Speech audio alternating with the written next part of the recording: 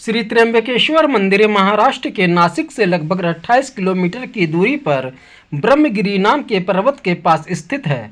यहीं से गोदावरी नदी बहती है।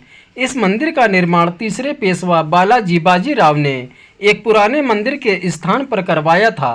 त्र्यंबकेश्वर मंदिर 12 ज्योतिर्लिंगों में से एक होने के कारण अपना अलग धार्मिक महत्व रखता है। मंदिर के अंदर 3 छोटे छोटे लिंग हैं जो कि ब्रह्मा, विष्णु और शिव इन त्रिदेवों के प्रतीक माने जाते हैं। शिव पुराण के अनुसार ब्रह्मगिरी पर्वत के ऊपर जाने के लिए 700 सीढ़ियां बनी हुई हैं। इन सीढ़ियों पर चढ़ने के बाद राम कुंड और लक्ष्मण कुंड मिलते हैं और शिखर के ऊपर पहुंचने पर गोमुख से निकलती हुई भगवती गोदावरी नदी के दर्शन होते हैं। यह मंदिर काले पत्थरों से बना हुआ है। मंदिर का स्थापत्य अद्भुत है। इस मंदिर के पंचकोशी में काल सर्प शांति, त्रिपिंडी विधि और नारायण नाग बलि की पूजा संपन्न होती है। प्राचीन काल में त्र्यंबकम गौतम ऋषि की तपोभूमि थी। अपने ऊपर लगे गौ हत्या के पाप से मुक्ति पाने के लिए गौतम ऋषि ने कठोर तप किया और भगवान शिव से गंगा को यहाँ अवतरित करने का वरदान मांगा, जिसके कारण यहाँ दक्षिण की गंगा अर्थात गोदावरी नदी का उद्गम हुआ। गोदावरी नदी के उद्गम के साथ ही गौतम ऋषि के विनय के उपरांत भगवान शिव ने इस मंदिर में विराजमान होना स्वीकार किया। 3 नेत्रों वाले शिव शंभु के यहाँ विराजमान होने के कारण इस जगह को त्र्यंबक अर्थात 3 नेत्रों वाला कहा जाने लगा। महाकाल और ओमकारेश्वर की तरह ही त्र्यंबकेश्वर महाराज को इस गांव का राजा माना जाता है। इस ज्योतिर्लिंग के संबंध में शिव महापुराण में कथा वर्णित है कि एक बार महर्षि गौतम के तपोवन में रहने वाले ब्राह्मणों की पत्नियां किसी बात पर ऋषि गौतम की पत्नी अहिल्या से नाराज हो गईं और उन्होंने अपने पतियों से ऋषि गौतम का अपमान करने के लिए प्रेरित किया। उन ब्राह्मणों ने तब इस निमित्त भगवान श्री गणेश की आराधना की। उनकी आराधना से प्रसन्न होकर भगवान गणेश प्रकट हुए तथा वर मांगने को कहा। तब उन ब्राह्मणों ने कहा कि यदि आप हम पर प्रसन्न हैं तो किसी प्रकार गौतम ऋषि को इस आश्रम से बाहर निकाल दें।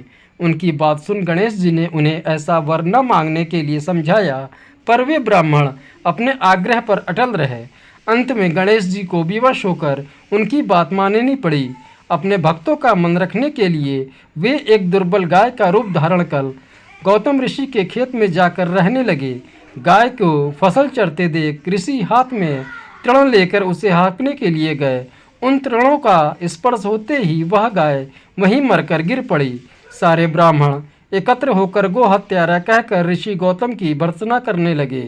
उन सारे ब्राह्मणों ने कहा कि तुम्हें यह आश्रम छोड़कर कहीं और चले जाना चाहिए, क्योंकि गो हत्यारे के निकट रहने पर हमें भी पाप लगेगा।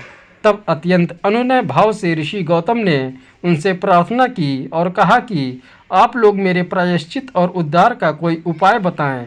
तब उन ब्राह्मणों ने ऋषि गौतम से कहा कि तुम अपने पाप को सर्वस्त्र सबको बताते हुए 3 बार पूरी पृथ्वी की परिक्रमा करो, फिर लौटकर 1 महीने का व्रत करो। इसके बाद ब्रह्मगिरी की 101 परिक्रमा करने के बाद ही तुम्हारी शुद्धि होगी। या यहाँ गंगा जी को लाकर उसके जल से स्नान कर 1 करोड़ पार्थिव शिवलिंग से शिव जी की आराधना करो। इसके बाद पुनः गंगा जी में जाकर स्नान करो। इस ब्रह्मगिरी की 11 बार परिक्रमा करो। फिर 100 गढ़ों के पवित्र जल से पार्थिव शिवलिंगों को स्नान कराने से ही तुम्हारा उद्धार होगा।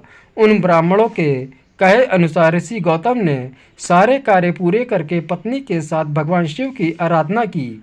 उनकी आराधना से प्रसन्न होकर भगवान शिव ने प्रकट होकर वर मांगने को कहा।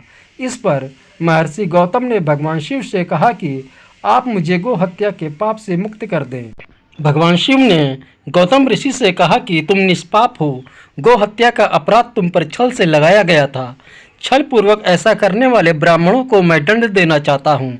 इस पर ऋषि ने कहा कि हे भगवान, उन्हीं ब्राह्मणों के निमित्त मुझे आपका दर्शन प्राप्त हुआ है, अतः उन्हें मेरा परम हितैषी मान आप उन पर क्रोध न करें। तत्पश्चात ऋषि मुनियों सहित गौतम ऋषि ने भगवान शिव से सदा यहीं पर निवास करने की प्रार्थना की। भगवान शिव उनकी बात मानकर यहीं त्र्यंबकेश्वर ज्योतिर्लिंग के रूप में स्थापित हो गए तथा महर्षि गौतम के द्वारा लाई गई गंगा जी भी वहाँ गोदावरी के नाम से प्रवाहित होने लगी। इसी कारण गोदावरी नदी को दक्षिण की गंगा कहा जाता है। मुगल साम्राज्य के छठे शासक औरंगजेब ने 1690 में इस मंदिर के अंदर मौजूद शिवलिंग को तुड़वा दिया था और मंदिर को नुकसान पहुंचाने के साथ साथ मंदिर पर गुंबद भी बना दिया था।